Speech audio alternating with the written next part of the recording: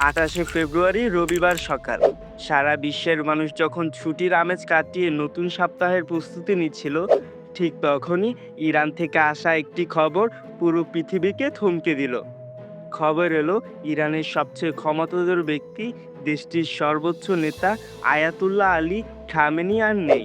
প্রথমে অনেকেই ভেবেছিল এটি হয়তো কোনো গুজব, কিন্তু যখন ইরানের আধা সরকারি সংবাদ সংস্থা তাসনিম এবং ফাস্ট নিউজ খবরটি নিশ্চিত করলো, তখন বিশ্বজুড়ে হইচই পড়ে গেল।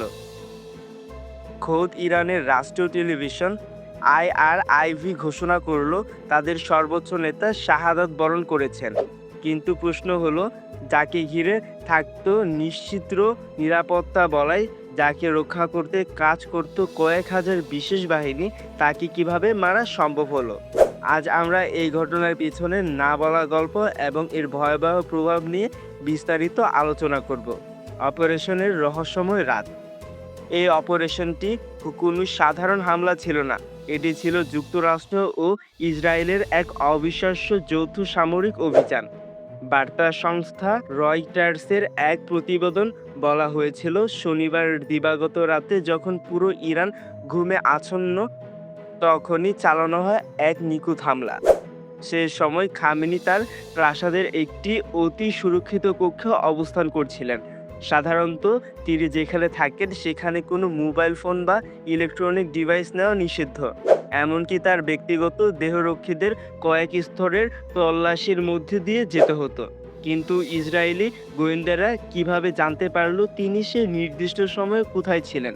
মার্কিন একটি সূত্রের দাবি, তারা দীর্ঘ সময় ধরে খামেনির গতিবিধি পর্যবেক্ষণ করছিল এবং সঠিক সময়ের জন্য অপেক্ষা করছিল।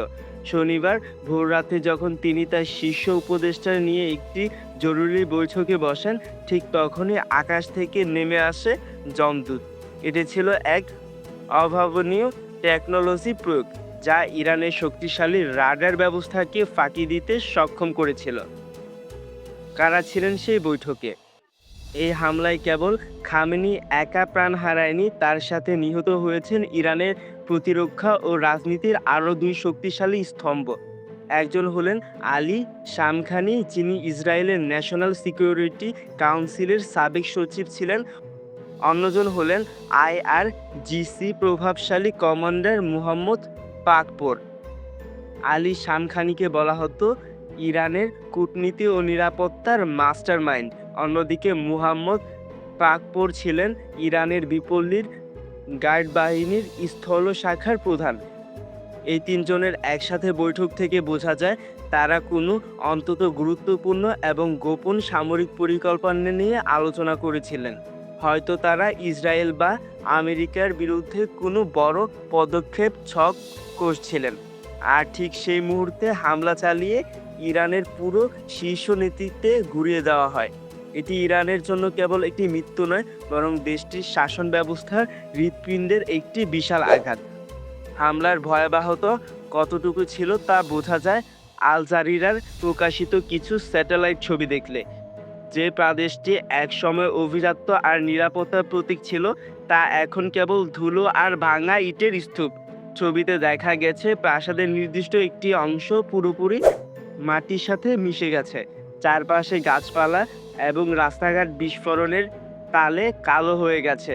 সামরিক বিশেষজ্ঞরা বলেছেন এখানে হয়তো বাংকার বাস্টার মিসাইল ব্যবহার করা হয়েছে। এই ধরনের মিসাইল মাটির অনেক গভীরে গিয়ে বা দেওয়াল ভেদ করে ভেতরে গিয়ে বিস্ফোরণ করে। ফলে ওপর থেকে ভবনটি অটুট মনে হলেও ভেতরে থাকা সব কিছু মুহূর্তেই ছাই হয়ে যায়।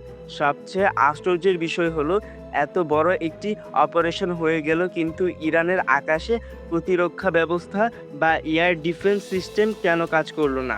তারা কি টেরই পায়নি, নাকি তাদের প্রযুক্তিতে কোনো বড় ধরনের ত্রুটি ছিল?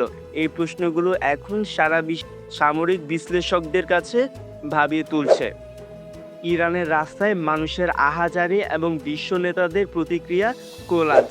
খামেনির মৃত্যুর খবর ছড়িয়ে পড়ার পর ইরানের রাস্তায় থেমে আসে শোকের ছায়া। অনেকেই কান্নায় ভেঙে পড়েন, আবার অনেকের মনে কাজ করেছে চরম আতঙ্ক। কারণ খামেনি ছিলেন ইরানের ঐক্যের প্রতীক।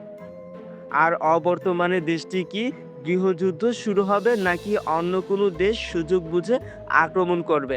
অন্যদিকে বিশ্ব নেতাদের মাঝেও মিশ্র প্রতিক্রিয়া দেখা গেছে।